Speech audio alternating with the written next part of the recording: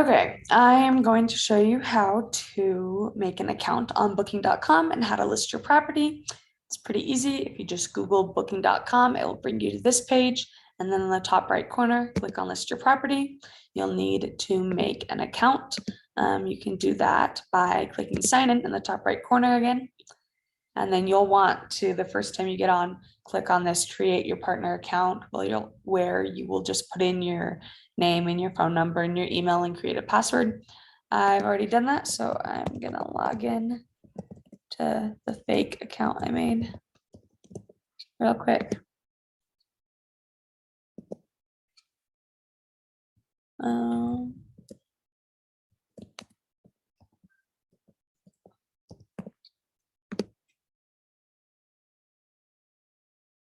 and then once I've signed in, you'll see this page right here. And this will show you where you can continue your new properties that you've started registration for, but you haven't finished, or you can click on this create new listing option right here. If that doesn't show up because it's your first time coming in, you can click on your name at the top right corner and then click on add new property. And then that will take you to this page right here where you'll just start filling out information about the property. And so you'll be listing a home. It's an entire place. And it's a vacation home. It's pretty self-explanatory. If you do one vacation home, then you can upload information from Airbnb. So you'll make sure that this is right. Click on continue.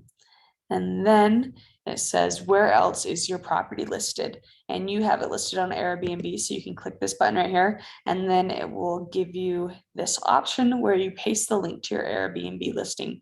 So what you do is you just go to that Airbnb listing, whichever one you're putting in, and you don't have to be signed into your account.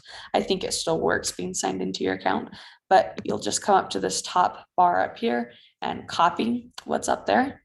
And then you'll paste that into this area and you'll click apply. And then it is able to find all of this information off of Airbnb and upload it automatically to bookings.com. So then we'll push continue.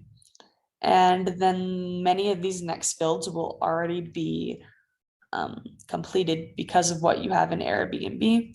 If this is the property's name that you want to keep it, just make sure that everything is accurate and push continue. You'll have to do you'll still have to type in some of the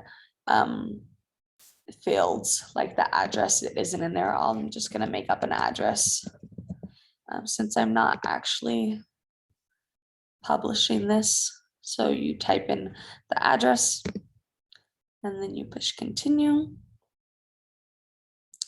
And then right here, you can put the pin of the location of your property. And you just do that by dragging the map around until it's in the area. So let's say that the property is right here. Drag the map around till the pin is where the property is, and then you can move it to satellite if you need to see that. Just put in the right spot. Click on continue. These details have been imported from Airbnb. Just make sure it's correct. Where can people sleep? If you want to add a bedroom, add one, or I guess that was actually a subtract. So that subtracts. If you want to add one, click right here, and then you can say, oh, there's 2 twin bedrooms there, and then you can save it. Or you can add a bedroom right here with 1 full bed. Just do whatever makes sense. These details will probably be imported from Airbnb, so you probably won't have to mess with that very much. Make sure that the number of guests is correct and the bathroom's correct. And then you can put in the square feet or square meters of the size of the house if you want. That's optional. Push continue. Then here you just check mark which facilities and amenities are correct. This should be imported from Airbnb, so you probably don't have to do much here.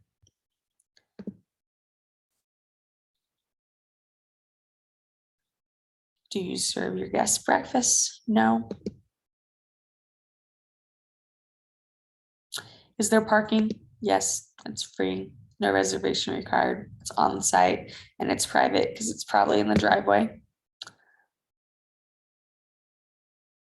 And which languages do your staff speak? I think you can skip that one if you want, but English makes it easy. These are the house rules that are imported from Airbnb. It just lists the check-in time, check-out time, what's allowed. So fix that as needed. Then this is your host profile. It's also imported from Airbnb. Just make sure that everything's right. There's a part where you tell a little bit about the property, and then you give your host name, a little bit about the host, and then you can type a little bit about the neighborhood. Or you can click none of the above, and I'll just add these later, but it imported from Airbnb, so you might as well leave it.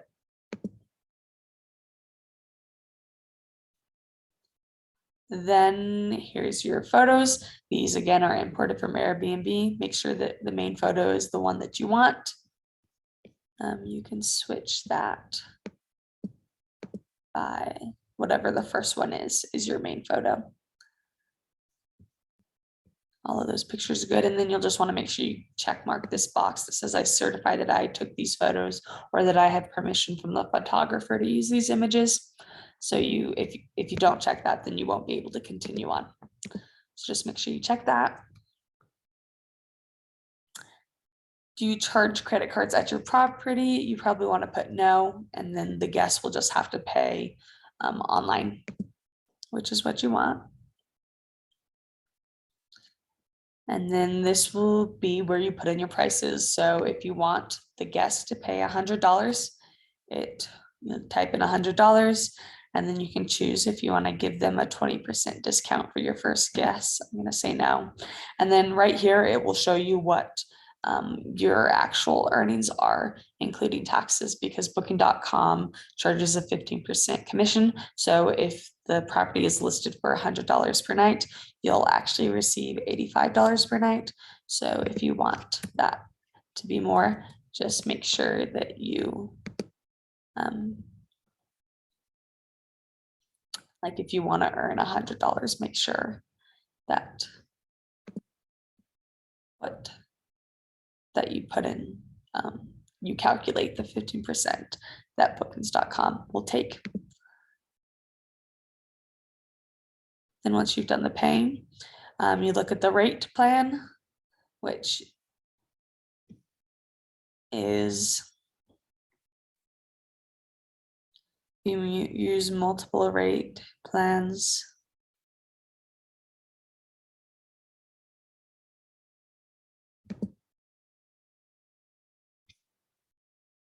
Oh, this gives a discount for how many guests they have. If you just want it all to be zero because you don't want to do a rate plan, then just put it all as zero. I don't think there's an issue with that. And then it doesn't matter how many people it is, guests will always pay the $110 if that's what you want.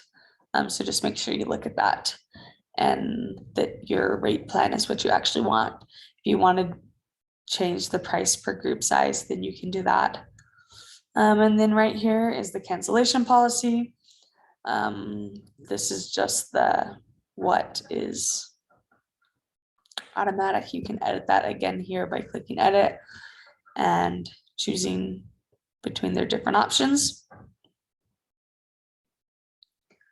They can cancel their booking for free 5 days beforehand, 14 days or 30 days, pick which one you want.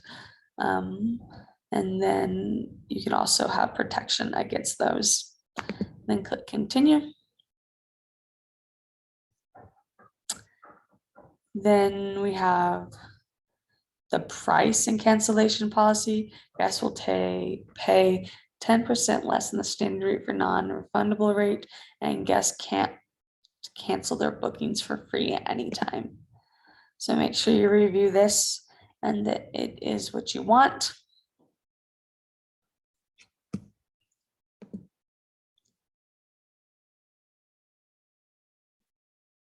pretty self-explanatory. And then there's the weekly rate plan too. So this is if they stay for a longer period of time, I think, which I'm gonna say no for this one.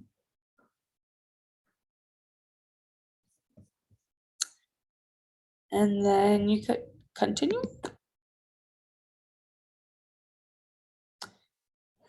You put in your availability. When is it going to be available? On a specific date or as soon as possible, whatever you want. And then if you want to sync your availability with Airbnb, I'm going to say no because you can go back and do this later. And I found there's another video that syncs, that shows you how to sync them. So there's that, and then you click continue. And then you review and you complete it. And then you just have to check mark these things where you certify that it's an actual accommodation and people will be able to go spend the weekend there. Make sure that you know these things. You can decide when to get bookings. So if you want to close a week on your calendar, you can do that for your own family. And then the bookings are confirmed right away through bookings.com, and you don't get to choose who stays at your place. So you can't deny somebody. I